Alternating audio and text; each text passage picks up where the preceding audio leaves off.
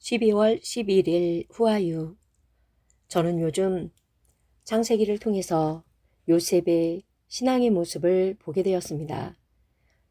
요셉은 신앙의 열매라고 볼 수 있습니다. 창세기에 나와 있는 요셉의 사건은 하나님께 대한 절대 주권이 세워진 자의 삶을, 그 인생을 우리에게 그대로 보여주는 이야기입니다.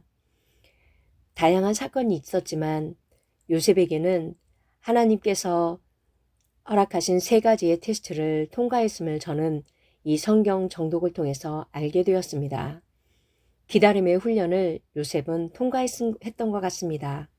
하루가 천년 같고 천년을 하루같이 여기시는 하나님은 사람을 훈련시키실 때 기다림의 훈련부터 시작하신다고 합니다.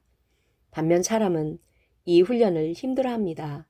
왜냐하면 인간이 이기적이기 때문에 자신의 시간에 모든 것이 이루어지길 원하기 때문입니다.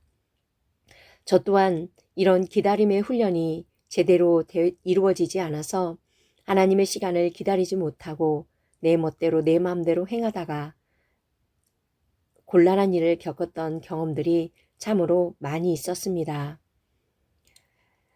요셉이 보디발의 집에서 총무로 재산을 관리할 때 얼마든지 보디발에게 부탁해서 아버지의 소식을 들을 수 있었을 것입니다. 또 국무총리가 되었을 때에도 마음만 먹으면 얼마든지 아버지와 형제들의 소식을 들을 수 있었습니다.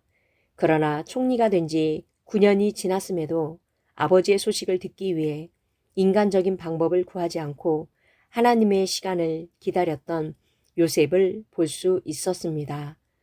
이 요셉의 이야기를 통해서 저도 하나님의 시간을 기다려보는 훈련을 해보고자 합니다. 그리고 2번째는 원수 사랑의 시험을 요셉은 통과했습니다.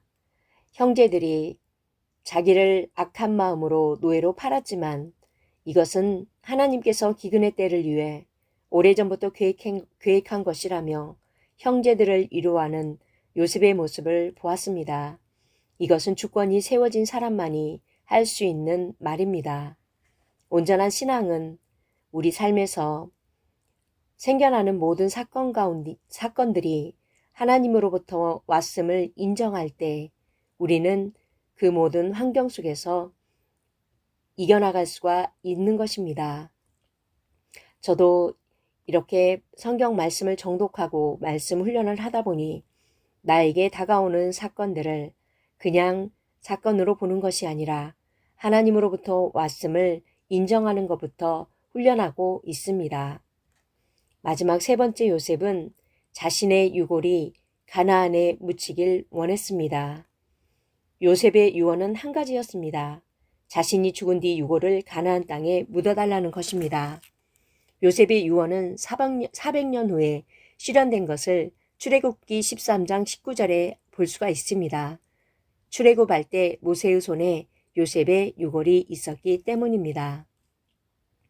이런 요셉의 신앙의 모습, 말씀이 주인 되는 삶, 내가 주인이 아닌 하나님이 내 삶의 주인이 되는 주권이 세워지는 이러한 신앙의 삶을 살아갈 수 있었던 것은 야곱의 무릎에서 아브라함의 신앙을 요셉은 배웠기 때문입니다.